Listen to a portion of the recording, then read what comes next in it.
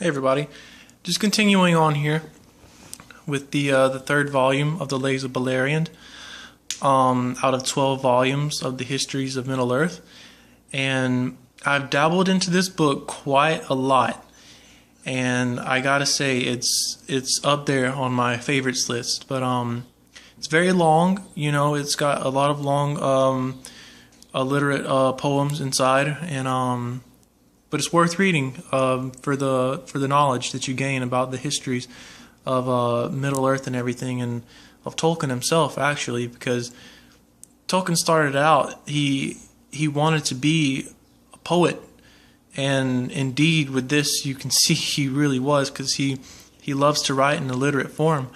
And but this book, The Lays of Beleriand, it contains a lot of stories from the published Silmarillion, such as the Children of Hurin and the tale of Beren and Luthien, which is personally my favorite story, I think, from the Silmarillion. So let's take a look inside and see what we got in here.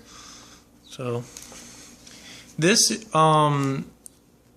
is the opening of the Lay of Luthien, which was has been recommenced, and this is in Tolkien's original handwriting. It's a photocopy. If you want to, you can pause and read through this. The Lays of Beleriand, edited by Christopher Tolkien, of course, the author of the Histories of Middle Earth.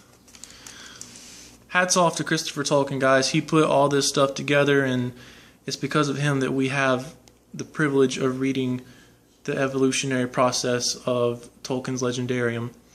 So, first off, you have the Lay of the Children of Hurin. This is a great tale in the Silmarillion. This is just the lay of it here, obviously, in this book, and it's a dark, depressing tale full of misguidings, confusion, incest even, and it's just very dark and full of death. And but it's a good read. It's once you start reading it, you can't put it down, especially in here, the Lays of Beleriand. It's very well written. And here you have a few short poems that were early on abandoned: The Flight of the Noldoli, which is of course the Noldor, and just a small fragment of the Lay of Eärendil. And then you have the Lay of the Fall of Gondolin. The story is told in the Book of Lost Tales Part 2, which is very good, which I've already been over. But here was just a short lay of it. And then you have the long Lay of Luthien, which means release from bondage. And it starts out with Thingol, and then basically it goes on to tell Beren and Luthien's journey through life together. And Luthien, of course, was the most beautiful of all of the children of Iluvatar to ever grace Arda. And her and Beren fell in love, and they had an amazing story together, to say the least. My favorite part is when they were in Angband here in chapter 13, and man, it's just, they went through so much together, and it's a great story of how Morgoth fell asleep on his throne, and they cut with the knife of Angrist from the iron crown of Silmaril and escaped.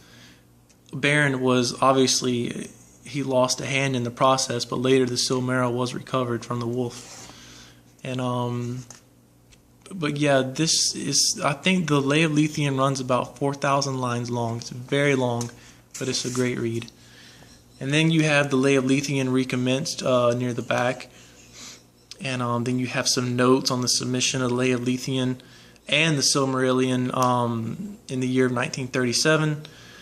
And then you have the index, of course, and some obsolete and rare words and their meanings in the back. So it's very full. It's a very complete book, to say the least. Again, hats off to Christopher Tolkien, and thanks for giving us this privilege. The Lay of Beleriand is indeed one of the best of the histories of Middle Earth. Alright guys, thanks for watching. Stay tuned.